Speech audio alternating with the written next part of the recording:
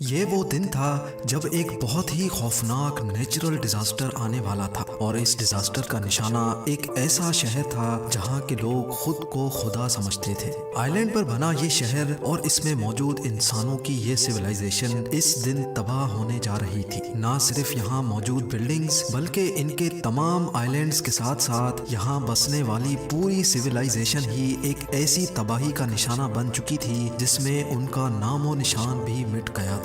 11,000 سال پہلے اس پوری سویلائزیشن کو خطرناک سونامی نکل گیا تھا، اور وہ بھی صرف ایک ہی رات کے اندر۔ یہ کہانی ہے انسانوں کی ایسی سویلائزیشن کی جس کو آج ہم اٹلانٹس کے نام سے جانتے ہیں۔ اٹلانٹس کی یہ حیران کرنے والی اسٹوری اینشینٹ گریس کے ایک فلاسفر نے آج سے 2000 سال پہلے لکھی تھی، اور اس فلاسفر کا نام پلیٹو ہوا کرتا تھا۔ پلیٹو نے اٹلانٹس کے بارے میں لکھا تھا کہ یہاں کے لوگ خود کو خدا مانا کرتے تھے، ان کے پاس ایکسٹرا آرڈنری پاورز ہوا کرتی تھی، اور یہ لوگ جن آئی لینڈز پر رہتے تھے وہاں سونا اور چاندی بھاری مقدار میں پایا جاتا تھا۔ پلیٹو نے اپنی بک میں یہ بھی لکھا تھا کہ اٹلانٹس کے لوگ کافی عیاش پسند بھی تھے اور اپنی پاورز کا غلط استعمال بھی کرتے تھے۔ اسی وجہ سے ان پر ایک ایسا قدرتی عذاب آیا جس میں اس دنیا سے ان کا نام و نشان ہی مٹ گیا تھا۔ 2000 سال پہلے لکھی گئی اٹلانٹس کی یہ کہانی آج ایک ہسٹوریکل مسٹری بن چکی ہے، کیونکہ ہسٹری میں کئی ایسے شہر ہوا کرتے تھے جو آج سمندر کے اندر ڈوبے ہوئے ہیں۔ اسی وجہ سے کئی لوگوں کو اٹلانٹس کے بھی سمندر میں ڈوبنے پر پورا یقین ہے۔ لیکن سوال یہ ہے کہ اتنا بڑا شہر اور پوری سویلائزیشن اگر راتوں رات غائب ہوئی تو آخر گئی کہاں؟ دنیا میں وہ کون سی لوکیشن تھی جہاں اٹلانٹس کے لوگ بسا کرتے تھے؟ اور پیرامڈز آف ایجپٹ کے بننے سے بھی 6500 سال پہلے بسنے والے ان انسانوں کے پاس آخر ایسا کیا تھا جس کو آج تک یاد کیا جا رہا ہے؟ یہی وہ سوالات ہیں جن کا جواب تلاش کرنے کے لیے سائنٹسٹ، آرکیولوجسٹ اور ریسرچرز پچھلی کئی صدیوں سے کوشش کر رہے ہیں۔ لیکن اس بار سائنس نے سمندر کے اندر جو ثبوت تلاش کیے ہیں اس کو دیکھ کر یہ کہنا غلط نہیں ہوگا کہ شاید 11,000 سالوں کے بعد ہم اٹلانٹس کے ڈوبے ہوئے شہر کو تلاش کرنے کے بہت قریب پہنچ چکے ہیں۔ زیم ٹی وی کی ویڈیوز میں ایک بار پھر سے خوش آمدید۔ ناظرین، سمندر کے اندر ڈوبی ہوئی مسٹیریس سٹیز کی طرف ہر کوئی نہ چاہتے ہوئے بھی اٹریکٹ ہوتا ہے، اور خاص طور پہ وہ سٹیز جن کے بارے میں کوئی انفارمیشن بھی نہیں ہوتی۔ ان مسٹیریس سٹیز میں اگر سب سے ٹاپ پہ کسی کا نام آتا ہے تو وہ نام ہے اٹلانٹس کا۔ اٹلانٹس کو سمندر میں تلاش کرنے کے لیے ایکسپرٹس کئی اٹیمپٹس کر چکے ہیں۔ ان میں سے ایک اٹیمپٹ جاپان کے ایک ریموٹ آئی لینڈ کے قریب کیا گیا تھا جو یوناگونی کے نام سے جانا جاتا ہے۔ یہاں موجود سمندر کا پانی نہ صرف خوفناک ہے بلکہ اس جگہ سے اکثر ٹائفونز بھی نکلتے ہیں۔ ساتھ ساتھ یہاں پانی کے اندر ہیمر ہیڈ شارکس کے ٹولے بھی منڈلاتے دیکھے گئے ہیں۔ کیونکہ سمندر کے اس خطرناک حصے میں ڈائیونگ کرنا ڈیپ سی ڈائیورز کے لیے ایک بہت بڑا چیلنج ہوتا ہے، اسی وجہ سے کافی عرصے تک یہ جگہ ایکسپرٹس کی نظروں سے چھپی ہوئی تھی۔ کیہاچائرو آراٹاکی وہ ڈائیور ہے جس نے اپنی جان کی پرواہ کیے بغیر یوناگونی میں ڈائیو کیا تھا۔ اس ڈائیور کا کہنا تھا کہ جب میں پانی کے اندر گیا تو یہاں پانی بالکل کرسٹل کلیئر تھا، اور میں نے باٹم پر ایک عجیب و غریب اسٹرکچر بنا ہوا دیکھا۔ پہلے تو آراٹاکی نے سمجھا کہ یہ نارمل پتھر کا پہاڑ ہے، لیکن اس کا شک یقین میں تب بدل گیا جب اس نے اس پہاڑ نما اسٹرکچر پر سیڑھیوں جیسے اسٹیپس بنے دیکھے۔ اس ڈائیور کو یہ سمجھ نہیں آ رہا تھا کہ اگر یہ نیچرل پتھر کا پہاڑ ہے تو اس میں اسٹیپس کیوں بنے ہوئے ہیں۔ لیکن جب آراٹاکی اس اسٹرکچر کو ایگزامن کرنے کے لیے مزید نیچے گیا تو اس نے جو دیکھا وہ اس کے لیے یقین کرنا کافی زیادہ مشکل تھا۔ جی ہاں، یہ پورا اسٹرکچر 6 فٹ بال فیلڈز جتنا بڑا تھا، اور اس کی ہائٹ 8 اسٹوری بلڈنگ جتنی اونچی تھی۔ اس عجیب و غریب اسٹرکچر کے باٹم سے لے کر ٹاپ تک اسٹیئرز بنی ہوئی تھیں، اور اس اسٹرکچر کی ہر سائڈ حیرت انگیز طور پہ ریگولر پیٹرن میں بنی ہوئی تھی۔ یہ سب دیکھنے کے بعد ایک بات تو طے تھی کہ ڈیپ سمندر میں بنا یہ مسٹیریس اسٹرکچر نیچرل طور پہ نہیں بلکہ اس کو انسانوں نے ہی بنایا ہے۔ لیکن یہ اصل میں چیز کیا ہے؟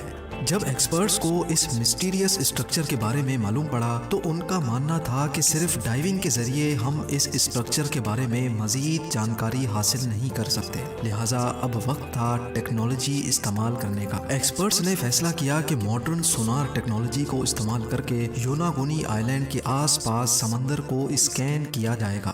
سونار ایک ایسی ڈیوائس ہوتی ہے جس کو جب پانی میں ڈالا جاتا ہے تو وہ ایک خاص ساؤنڈ ویوز پھینکتا ہے۔ یہ ساؤنڈ ویو سمندر میں موجود ڈیفرنٹ چیزوں سے ٹکرا کر ریفلیکٹ ہوتی ہے اور تبھی ایک ریسیور ریفلیکٹڈ ساؤنڈ ویوز کو کیپچر کرتا ہے اور پھر کمپیوٹر کی مدد سے اس کا ایک 3D ماڈل بنایا جاتا ہے۔ سونار اسکیننگ ٹیم یوناگونی آئلینڈ کے پاس پہنچی اور انہوں نے یہاں سمندر کے باٹم کا کمپلیٹ اسکین کیا۔ جب اسکین کا 3D ماڈل بنایا گیا تو ساری حقیقت کھل کر سامنے آ چکی تھی۔ ہزاروں سالوں کے بعد اس مسٹیریس اسٹرکچر کا لے آؤٹ پہلی بار اس 3D ماڈل میں دیکھا جا رہا تھا، اور جو کچھ دیکھا جا رہا تھا اس پر یقین کرنا کافی زیادہ مشکل تھا۔ یہ ایک بہت ہی عالیشان، انتہائی خوبصورت اور شاندار محل نما اسٹرکچر تھا۔ اس امیزنگ ڈسکوری نے پوری دنیا کے آرکیولوجسٹ، جیولوجسٹ اور سائنٹسٹ کو حیران کر دیا تھا۔ ہر کوئی اس اسٹرکچر کو دیکھنے کے لیے یوناگونی آئلینڈ پہنچنے میں لگا تھا، جن میں ایک میرین جیولوجسٹ پروفیسر ماساکی کیمورا بھی تھے۔ پروفیسر کیمورا نے جب اس اسٹرکچر کو دیکھا تو ان کا ماننا تھا کہ اس میں کوئی شک نہیں ہے کہ یہ انسانوں کا بنایا ہوا اسٹرکچر ہے، کیونکہ اس میں کچھ ایسے فیچرز بھی تھے جس سے یہ ثابت ہو رہا تھا کہ ہزاروں سال پہلے جب یہ اسٹرکچر پانی سے باہر ہوا کرتا تھا تو یہ کسی ان نون سیولائزیشن کے استعمال میں تھا۔ اس اسٹرکچر میں اندر جانے کا ایک ٹنل بھی بنا ہوا تھا جو شاید اس کی مین انٹرنس تھی۔ اس انٹرنس اور اسٹیئرز تک جانے کا پراپر راستہ بنا ہوا تھا۔ یہ اسٹیئرز باقاعدہ اسٹرکچر کے ٹاپ تک جا رہی تھی اور اس کے ٹاپ پر بالکل فلیٹ ٹیریسز بنے ہوئے تھے۔ ان میں سے سب سے ٹاپ والے ٹیرس پر ایک ایسی چیز بھی تھی جس کو دیکھ کر یہ اندازہ ہوتا ہے کہ یہاں رہنے والے لوگ ہزاروں سال پہلے بھی کافی ماڈرن سوچ رکھتے تھے۔ جی ہاں، یہاں ایک ٹرائنگل شیپ کا پول بھی بنا ہوا تھا جہاں پروفیسر کیمورا کے خیال سے نہانے کے بعد لوگ یہیں ٹیرس پر سن بات کرتے ہوں گے۔ یہ ٹیرسز اتنے بڑے ہیں کہ یہاں ہزاروں لوگ ایک ہی وقت میں کھڑے ہو سکتے ہیں۔ یوناگونی آئلینڈ کے پاس سمندر میں پڑا یہ اسٹرکچر، جس میں انٹرنس بھی تھی، پاتھ وے اور اسٹیئرز بھی بنی تھیں اور ٹیریسز کے ساتھ ساتھ ایک پول بھی بنا ہوا تھا۔ یہ ساری چیزیں پروفیسر کیمورا کو یہی اشارہ دے رہی تھی کہ یہ اسٹرکچر کسی دور میں یہاں رہنے والی سیولائزیشن کا کیسل ہوا کرتا تھا۔ لیکن اپنی اس تھیوری کو پروف کرنے کے لیے کچھ ثبوت بھی چاہیے تھے جس سے یہ ثابت ہو کہ واقعی یہاں انسان کسی دور میں بستے تھے۔ اس کے لیے ایک بار پھر سے اس انڈر واٹر اسٹرکچر کا معائنہ کیا گیا اور کچھ سیمپلز بھی کلیکٹ کیے گئے۔ ان سیمپلز میں زیادہ تو کچھ نہیں ملا، لیکن ایک چیز ایسی تھی جو واقعی کافی عجیب دکھ رہی تھی۔ یہاں سے ملنے والے ایک پتھر پر ایک کراس نما سمبل تراشا ہوا تھا اور اسی پتھر پر 2 سوراخ بھی بنے ہوئے تھے۔ پروفیسر کیمورا کا ماننا ہے کہ شاید لوگ اس کو انگلیوں سے پکڑتے ہوں گے اور شاید اس کا اس دور میں کوئی خاص مقصد ہوگا۔ دیکھنے میں تو ایسا معلوم ہوتا ہے کہ یہ اسٹرکچر اسٹون بلاک سے بنا ہوا ہے، لیکن فورینسک ڈیٹیل سے معلوم پڑا کہ یہ چھوٹے چھوٹے اسٹون بلاک سے نہیں بلکہ یہ ایک ہی بہت بڑا پتھر ہے۔ یعنی اس ایک بڑے پتھر کو تراش کر اس کا یہ کیسل جیسا ڈیزائن بنایا گیا ہے۔